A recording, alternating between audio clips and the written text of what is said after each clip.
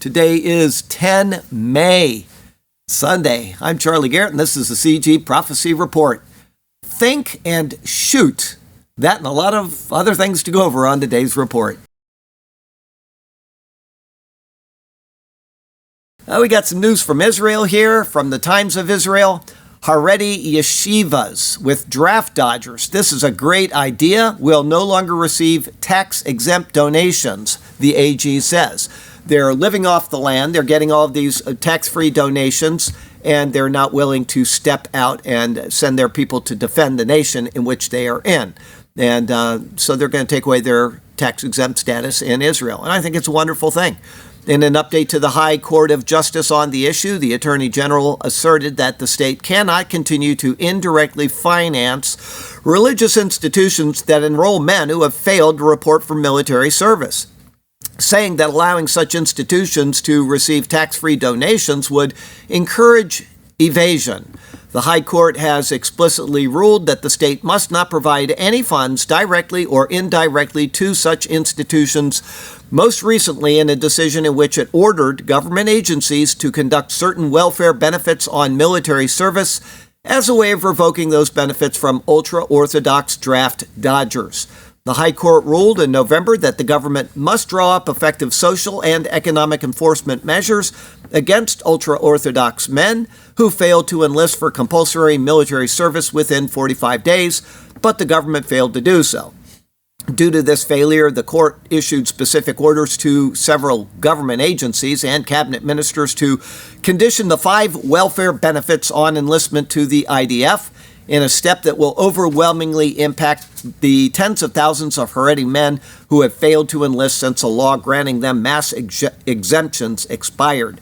I think we had to do that in the U.S. We got branches and denominations of religions that won't fight, they won't serve. And the biggest laugh of all was Cassius Clay, who said, "I'm a Muslim and so I won't fight." Imagine that. But, we got these people, and I just tell them, that's fine, but if you're not going to enter into service, and they usually make exemption, you don't have to go to battle, but you can serve in this way or that. If you're not going to serve your country, you're not getting any tax exemption at all. And that ought to just be the case, but whatever. Times of Israel. IDF major allegedly smuggled $2.3 million of contraband. An IDF major smuggling contraband into Gaza. He's charged with aiding the enemy. This is not a smart person. The officer was arrested by the Shin Bet Security Agency several months ago, and the military prosecutors charged him with several offenses, including aiding the enemy, taking bribes, and smuggling goods under aggravated circumstances. According to the indictment on January 10th, the officer led a truck into the Gaza Strip containing 600 cell phones, 125,000 cigarettes, 2 tons of tobacco, 100 car batteries, 10 electric bicycles, 10 laptop computers, and several network routers, all of which Israel currently bans from entering Gaza, with a total value of over $2.3 million US dollars. The officer had arranged the smuggling with several Israeli civilians, against whom indictments were filed at the Haifa Magistrates Court. The truck had been driven by an Israeli civilian, while the officer traveled ahead of him in a military vehicle. The officer served as a deputy commander of a unit that was, at the time, responsible for the Kerem Shalom area, though he was effectively the officer in charge of the region, as the unit commander had been wounded during fighting in Gaza. The indictment said the officer bypassed inspection and supervision mechanisms and exploited his authority and military position while presenting a false representation to soldiers and officers that this was a legitimate operational activity. After crossing the border, the civilian left the truck in a parking lot just inside the Gaza Strip and returned to Israel with the officer. The vehicle with the smuggled goods then aroused the suspicion of the soldiers monitoring the truck parking lot, and a force was dispatched to search it. The troops also updated the officer as he was the commander of the sector, and he instructed them to step away from the truck and leave him to handle it, according to the indictment. A Gazan driver who was supposed to collect the truck from the parking lot and take it to Deir al-Balah in the Strip's center refused to do so. And instead, the officer brought the civilian again into Gaza to complete the transfer of the goods. The civilian drove the truck further into the Gaza Strip and remained there for several days until he was extracted with the assistance of the parties involved in the smuggling, according to the indictment. So the whole thing is just bad. It was handled badly. It was a bad idea. And, when you're a traitor to your nation, to me, that's just about as gross as it gets. People that do not support the nation that they are fighting for. We've got the old Benedict Arnold memory from hundreds of years ago, and that it sticks. Because if you don't want to participate in the government that you're in, go somewhere else and live. But don't be a traitor to the government in which you are getting benefits from. So just bad on that one. By the way, just in case somebody doesn't know who Cassius Clay is, he changed his name to Muhammad Ali. So y'all got that one. Okay, got some news from Christianity from justice.gov. Task Force publishes report on eradicating anti-Christian bias and restoring religious liberty. This is our government finally doing something after the debacle of we had the 8 Obama years and the 4 of Biden, which almost eradicated any idea of freedom of religion in this nation. Report details the Biden admin's radical efforts to punish Christians and highlight President Trump's efforts to restore religious liberty. The task force to eradicate anti-Christian bias published a report detailing how the Biden admin's prosecutions, policies, and practices demonstrated anti-Christian bias throughout the federal government. Now, this is the Justice Department that is saying this, okay? They are putting this out there, slamming the prior administration for what they have done in accordance with the Executive Order 14202. The acting attorney general serves as chair of the task force, and the Justice Department coordinated this significant interagency effort. No American should live in fear that the federal government will punish them for their faith.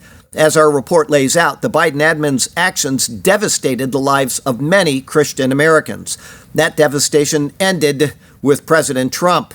The DOJ will continue to expose bad actors who targeted Christians and work tirelessly to restore religious liberty for all Americans of faith. The 200-page report collects the detailed findings of the 17 federal agencies on the task force, as well as other agencies who also uncovered religious discrimination.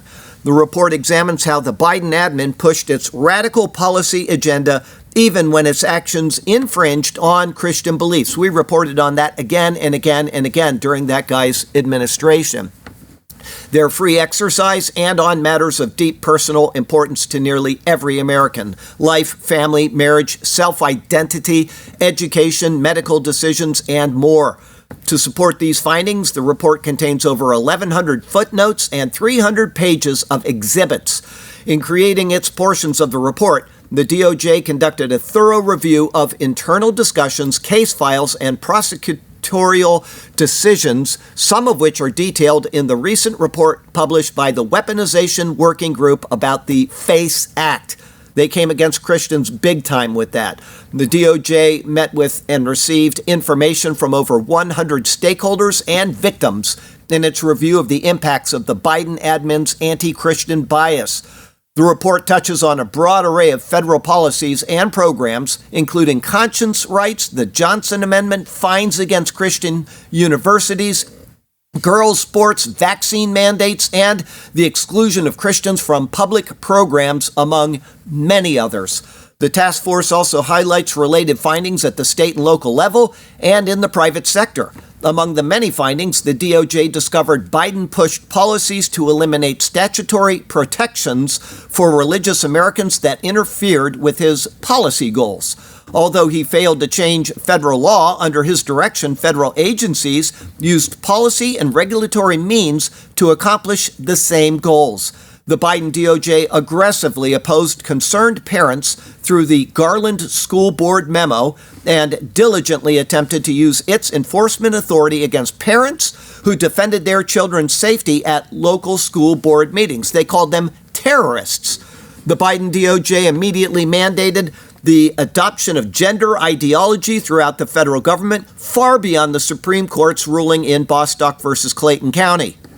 The day after Biden was sworn into office, career employees at the DOJ urged for the reversal of a Trump DOJ memo on Bostock that directed the department to respect its employees' right to express traditional views regarding marriage and gender identity.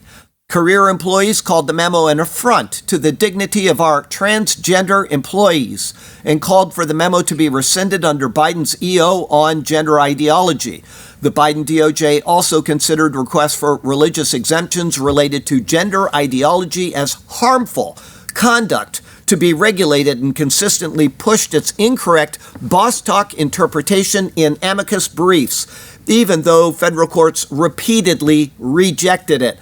The Biden DOJ advised White House and senior leadership in a phone call that the federal employees' religious objections to the COVID vaccines were insincere or not religious.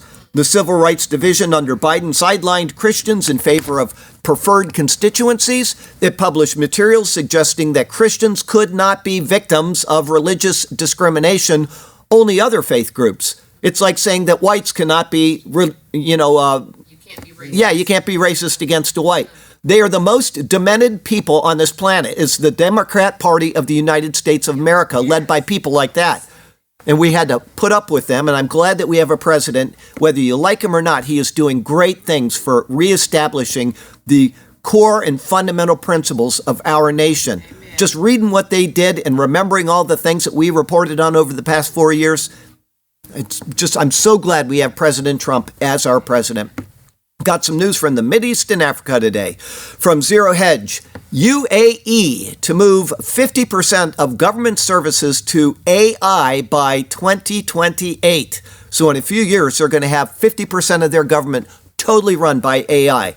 In a world swimming in debt and overrun by government bloat and corruption, Dubai is taking a big step into the future. Sheikh Al Maktoum, vice president of UAE and ruler of Dubai, announced that in 2 years, 50% of UAE's government sector services and operations will run on agentic AI, arguably the best use of new technology yet. He said the new government model was launched under the directive of UAE President Sheikh Al Nahyan. It will make the UAE the first government globally to operate at this scale through autonomous systems. AI is no longer a tool. It analyzes, decides, executes, and improves in real time. It will become our executive partner to enhance services, accelerate decisions, and raise efficiency. This transformation has a clear timeline, 2 years. Performance across government will be measured by speed of adoption, quality of implementation, and mastery of AI in redesigning government work. We are investing in our people. Every federal employee will be trained to master AI, building one of the world's strongest capabilities in AI-driven government. Implementation will be overseen by Sheikh bin Zayed with a dedicated task force. The world is changing. Tech is accelerating. Our principles remain constant. People come first. Our goal is a government that is faster, more responsive, and more impactful. The project includes a phased implementation across ministries and federal entities based on continuous performance and impact assessment. This will pave the way for wider rollout, ensuring optimal results across the federal government. Special attention is placed on developing national capabilities by training and empowering government employees to master generative AI technologies and their applications, which of course is reflexive. So in effect, government employees are supposed to train their own replacements. I saw a bunch of people in Meta yesterday, maybe 2 days ago. They were very upset that Zuckerberg has them training their replacement in AI, just like this here. People don't like that when they have to train somebody else to take their job. The move to adopt agentic AI across government operations builds on 20 years of digital transformation in the UAE's government. And from the early adoption of e-government and service digitalization to mobile government and integrated systems such as the UAE pass identity verification system to full service redesign and integration, supported by programs such as Government Services 2.0, which introduced proactive data-driven service delivery. In 2017, the UAE became the first country in the world to adopt a Minister of State for AI and launched the UAE AI Strategy 2031 under the UAE Centennial 2071 vision. The establishment of the Ministry of AI, Digital Economy, and Remote Work Applications in 2020 further strengthened this direction. The UAE is especially well suited for agentic implementation. The Gulf state has spent more than a decade building digital infrastructure that connects government entities, making it one of the most advanced public service ecosystems globally.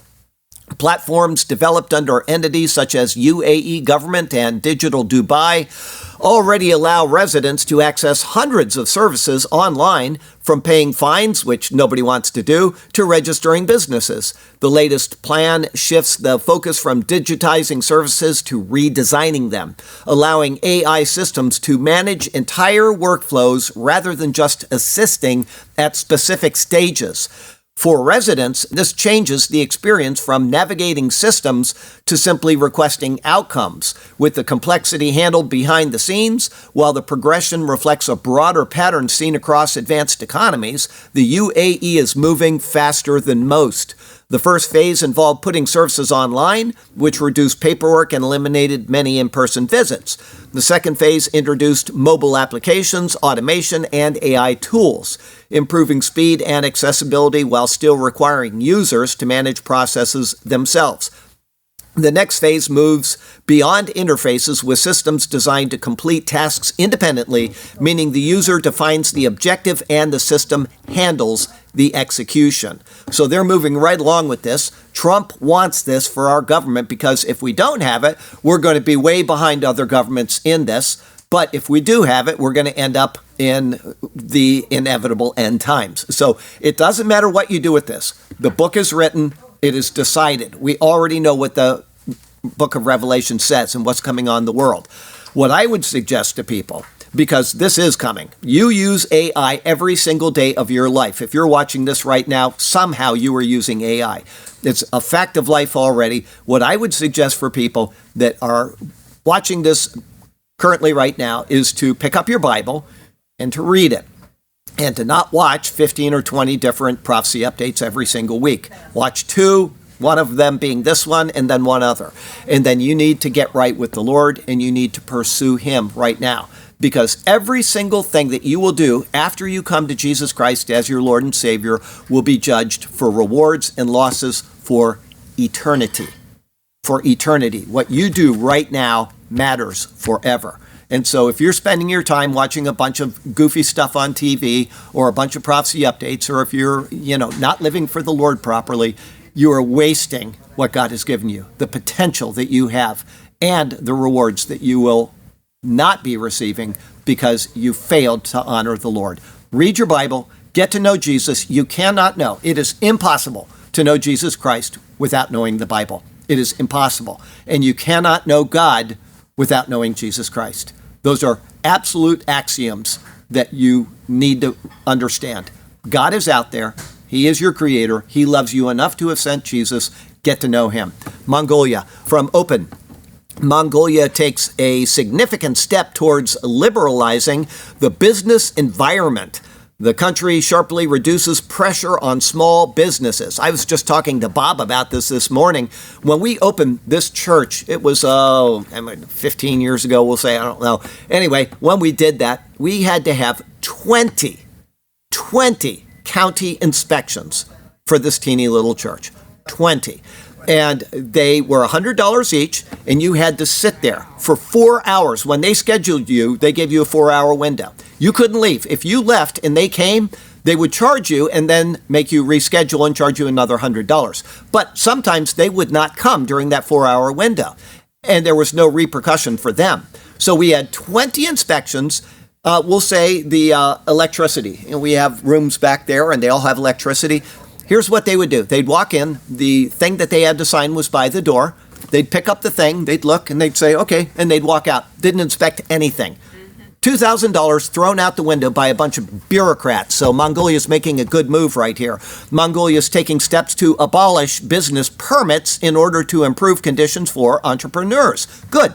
The initiative aims to liberalize the business environment and eliminate bureaucratic obstacles faced by small and medium-sized enterprises. Makes total sense. They will flourish if they do this. The main goal of the bill is to simplify the procedures for starting and running a business, especially in regions where bureaucracy is perceived as a serious obstacle, like Sarasota, Florida. Daniel 12 Technology. From Zero Hedge, 6 to 12 months for construction permits. The nuclear regulation overhaul. We are doing what Mongolia is doing with small businesses with nuclear regulation right now. Trump is going to have this country running on nuclear. The Trump admin is pushing the deployment of nuclear energy in ways never seen before in modern times. Well, obviously, because they didn't have nuclear energy before modern times. But among the dozens of major regulatory changes, award programs, and high-speed development initiatives, the admin seems to be clearing a network roadblock every week. Yet in reality, it's greatly lagging global rollout of NPPs, and especially China, which is currently building at least 39 reactors. Forbes recently detailed one of the most significant regulatory changes to date with the publishing of a new reactor license path, referred to as Path 57 by the NRC. Microreactor Development Nanonuclear released a statement highlighting the benefits of the new licensing option and how their reactor designs stand to benefit. Until now, reactor developers have had to choose between two licensing paths, either Part 50 or Part 52.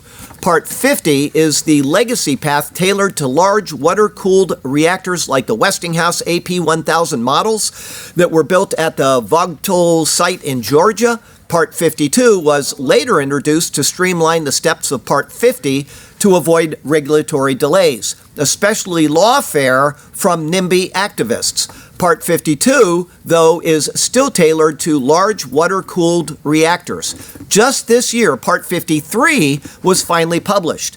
Part 53 allows advanced reactor developers to skip over the requirements of Part 50 and 52. They don't even have to do anything with them, and they are not required or not applicable, and streamline the path to operations even further. This brings us to the latest regulation released in draft form just last week, Part 57.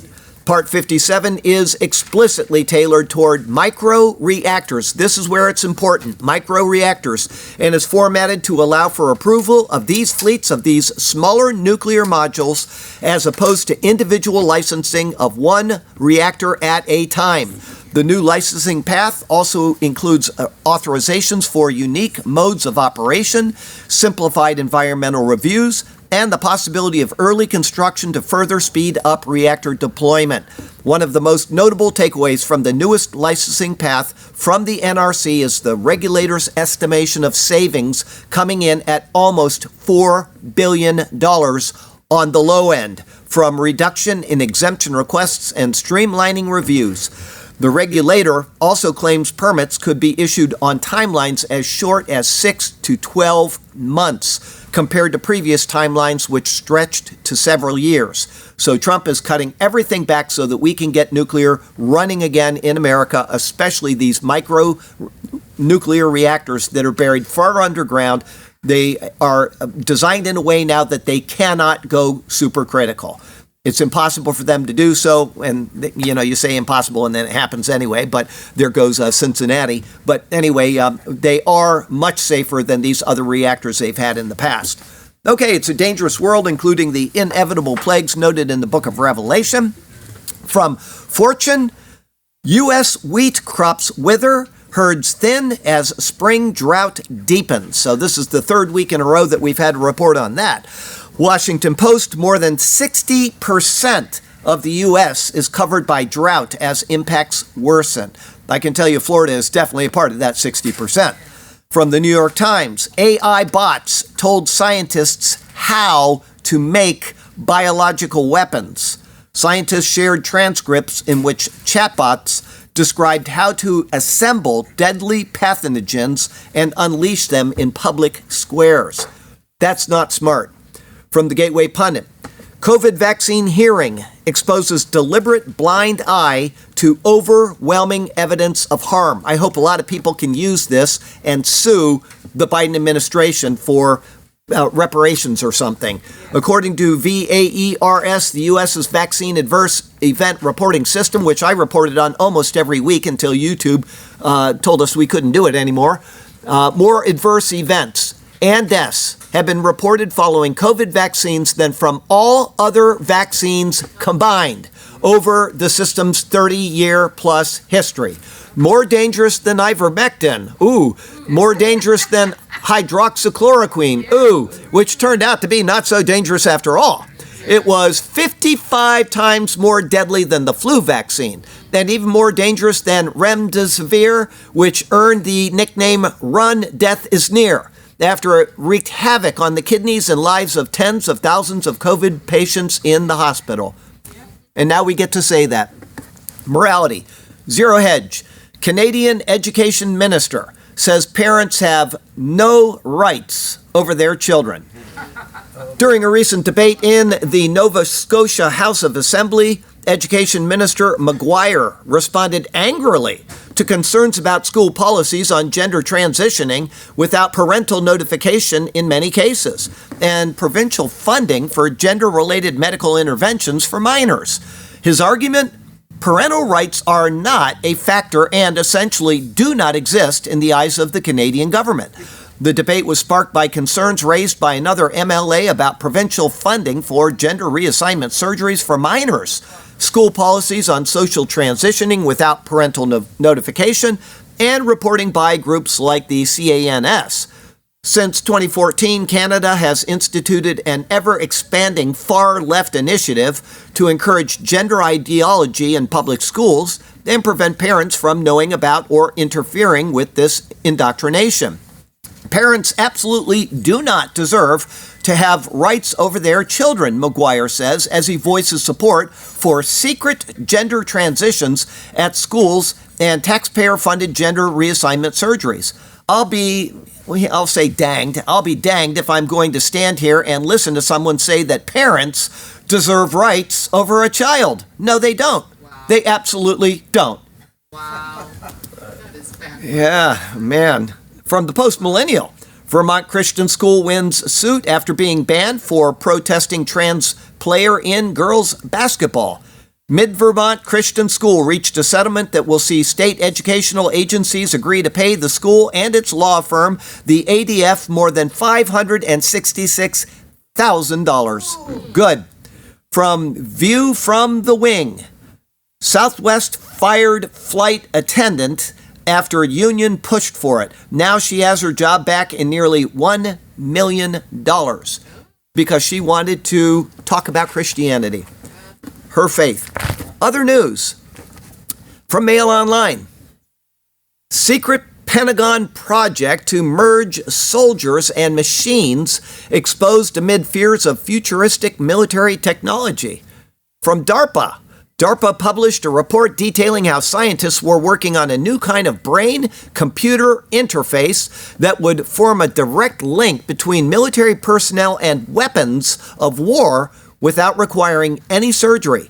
DARPA has been called the Pentagon's idea factory because of its documented role in creating futuristic technology such as the internet, that's not right. Al Gore invented the internet, so we can drop that.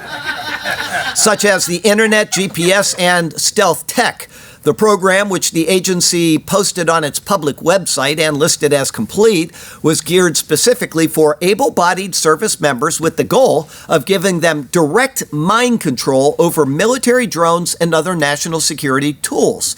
Called the Next Gen Non-Surgical Neurotechnology, or N3 program, DARPA said this breakthrough would provide the military with a portable device that would read the user's brain signals and also send messages from the drone back to the brain. However, the project, announced in 2018, appeared to mysteriously go silent after reaching the third and final stage of development. When it goes silent, that means they've figured it out, which involved testing the device on real people. Since July 2023, there has been no mention of what happened, whether the devices were successful, or if soldiers are currently using the technology to control military aircraft with their minds. The discovery comes after the U.S. confirmed it had used futuristic sonic weapons in the raid to capture Maduro and a secret CIA tool to help locate an American pilot shot down over Iran by his heartbeat alone. President Trump himself boasted about the technological superiority of the American military during his second term in office, especially during the conflicts in Venezuela and Iran. Current brain interfaces, such as Elon Musk's Neuralink, have mostly been limited to medical patients battling paralysis or lab settings because the devices must be implanted into a patient's brain through surgery.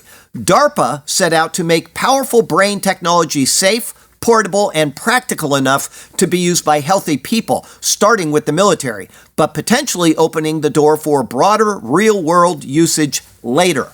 The N3 program provided funding to 6 research teams in 2019, including Battelle Memorial Institution in Ohio, Carnegie Mellon University in Pennsylvania, Johns Hopkins Applied Physics Laboratory in Maryland, Rice University in Texas, and California's Palo Alto Research Center and Teledyne Scientific. Researchers structured the project into 3 phases. The first 12-month phase tested the basic components for reading and recording brain signals and sending signals back to the brain.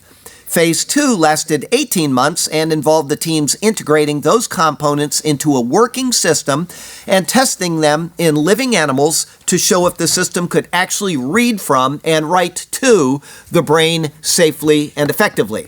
The third phase, also scheduled to last 18 months, focused on refining the futuristic device, enhancing its performance to send signals faster, and finally starting human trials for the military.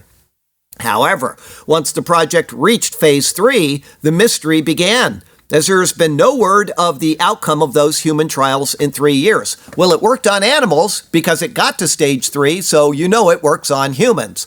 A July 2023 report from Carnegie Mellon provided an in-depth update on the N3 project, confirming that the scientists were testing the mind control device on people. Now in phase 3, the team has initiated testing on human subjects. The press release revealed. Carnegie Mellon also noted that their team's specific technology for high-resolution, non-invasive brain stimulation, nicknamed Sharp Focus, appeared to achieve what the government had set out to accomplish for national security. Despite the reported breakthrough, DARPA's current webpage for the N3 only states the goal of the research and notes that this content is available for reference purposes. The page is no longer maintained. DARPA told the Daily Mail that the agency's effort in this program is complete. In a statement, DARPA added that it does not operationalize technologies and stated that the 6 research teams handling the experiments would have the most up-to-date knowledge on the tech's usage in 2026. So very interesting. All you have to do is think and shoot, and I don't know where that's going to go, but they are planning, if it works for the military, to actually get this into the civilian workforce, where you could have, say, a forklift. And instead of working on the forklift, you have your brain work the forklift for you. That's the kind of thing that they're working on. So pretty soon people will be able to sit on a couch at home and move stuff around at work and never have to leave the couch again. Lots of potato chips, maybe some, Pepsi or something, and that's your life. You get to move things from home. From the ATF, this is great news, this is great news, this is great news. DOJ and ATF announced regulatory reforms to reduce burdens on law-abiding gun owners and businesses. The DOJ and the ATF are releasing 34 notices of final and proposed rulemaking following a comprehensive review of existing regulations conducted in compliance with E14206, protecting Second Amendment rights. Consistent with the ATF's commitment in 2025 to rebuild trust with federal firearms and explosive licensees and industry stakeholders, this review included a consideration of industry and expert feedback and concerns. This landmark release is the first in a series of regulatory updates ATF plans to issue. The resulting rules are an effort to reduce unnecessary burdens on law-abiding citizens and businesses while modernizing regulatory frameworks that no longer reflect current law, agency practice, or court precedent. The aim is simpler, clearer regulations that do not compromise ATF's ability to perform its critical missions to protect American communities from violent crime. Too long it has been that the gun owner is the criminal and the criminal gets off. And Trump is not allowing that anymore. We are going to have gun rights that are reestablished. Now they'll be taken away 10 minutes after the next Democrat administration comes in. But right now, Donald Trump is securing the rights of American citizens. From the Hill, Trump backs idea of changing ICE's name to NICE. President Trump endorsed the idea of changing the name of ICE to National Immigration and Customs Enforcement, which would give the agency the acronym NICE. So the media can no longer say anything bad about them because they are all nice. Breitbart, Al Gore warns, listen to this, Al Gore warns the day after tomorrow Ice Age could happen in 25 years, 10 years after Inconvenient Truth prophecies failed. So it was global warming, we're all going to be dead 10 years ago, and now we got an ice age coming, and I tell you what I think he did. I think he was listening to Jethro Tull, because if you know Jethro Tull, a band from the 70s and 80s and 90s from the UK, they had an album. Because before it was global warming, it used to be global cooling. And they were worried, and they put out an album about skating away on the ice on a new day. And, it was one of these great songs you listen to, but it was because they were scared of global cooling. So we had global cooling. Then we went to, remember everything is going to melt, what was it, acid rain. And then we went to global warming. Then we went to just climate change, which doesn't mean anything, and now they're going back to global cooling. It's unbelievable. They are. They're just manipulators. Zero Hedge. Massive lithium load in Appalachia could power 130 million EVs, says the USGS. They have found so much lithium in that area that it will last forever.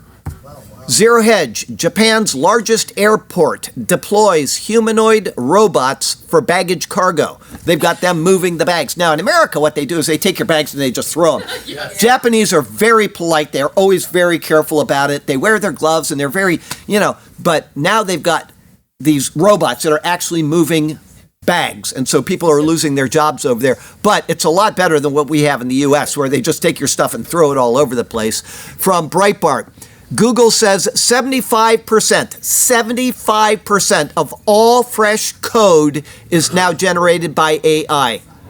75% of all coding jobs have disappeared.